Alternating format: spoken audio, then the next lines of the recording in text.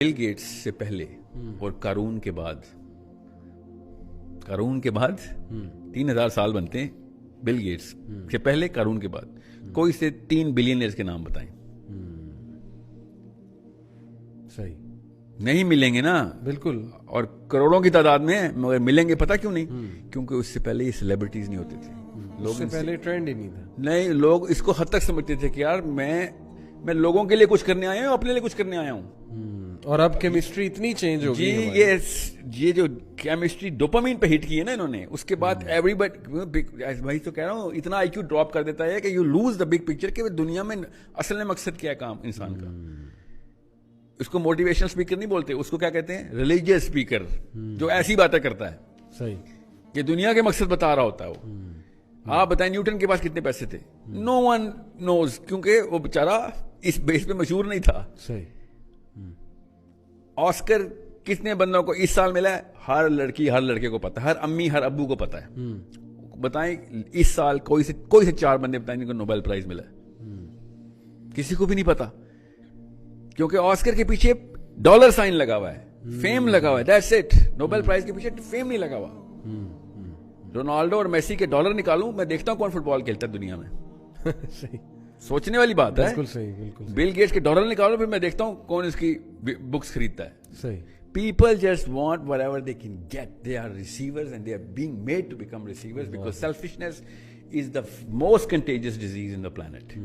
And the sooner we realize it, the sooner we'll understand کہ کون سا بندہ ڈاکٹر ہے اور کون سا بندہ بیماری نکالنے والا ہے، کون سا بندہ بیماری ڈالنے والا ہے. صحیح. اور most of these motivational speakers either they put in the disease, they don't even know. اپنی اچھی نیت سے بھی لوگوں کو وہ جو ہے نا آلٹر کی طرف لے کے جا رہے ہیں. ڈوستویفسکی واقعی میں ٹرو فلاسفر ہے.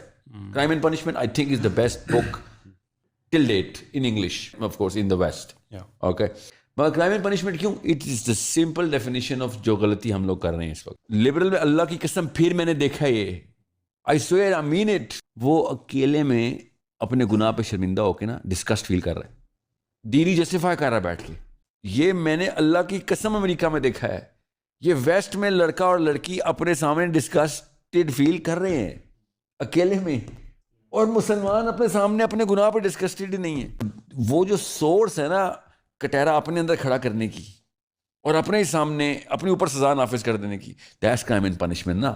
یہ ایک راسکولنیکوف کا کیریکٹر پورے امریکہ کو لائٹ نہیں کر رہا، وہ بائبل لائٹ کر رہی ہے ان کو. اس نے بھی اس میں بائبل بھی نام لکھا ہوا ہے. I mean, he didn't come up with such a concept. یہ کانسیپٹ تو بائبل میں، آف کورس یہ کانسیپٹ قرآن میں بھی ہے. یہ کانسیپٹ ہر انسان کو نیچرلی ملتا ہے. حسین علیہ السلام نے کہا تو مومن تو ہے ہی نہیں جب تک کہ وہ تنہائی میں مومن نہیں ہے. لوگوں کے سامنے تو میں دکھاوے کی چھائیں کر ہی لوں گا یا چھپا لوں گا اپنے گناہ کو، اکیلے میں تو نہیں اپنے ہم چھپوں گا نا میں. سو when this guy or these kind of people can light up the actual source of right and wrong جو کہ اکیلے میں ہوتی ہے، اور اس پہ بندہ اپنے آپ کو اس لیول پہ سزائیں دے رہا ہو اپنے آپ کو کہ میرے سے گناہ ہو کے گیا، that is the difference between a big nation and a small nation نا. دین کا سسٹم تو ریڈی والے کو بھی بچا لیتا ہے، ابو جہل کو بھی بچا لیتا ہے دین کا سسٹم تو. مگر اگر سسٹم آگے لے کے جانا ہے تو we need this sort of torch کے. میں یوتھ ڈیولپمنٹ پروگرام میں نا کرائم اینڈ پنشمنٹ کا وہ سینٹرل فگر، اس کی جو غلطی ہے نا جو وہ سدھار رہا ہوتا ہوں لڑکوں میں.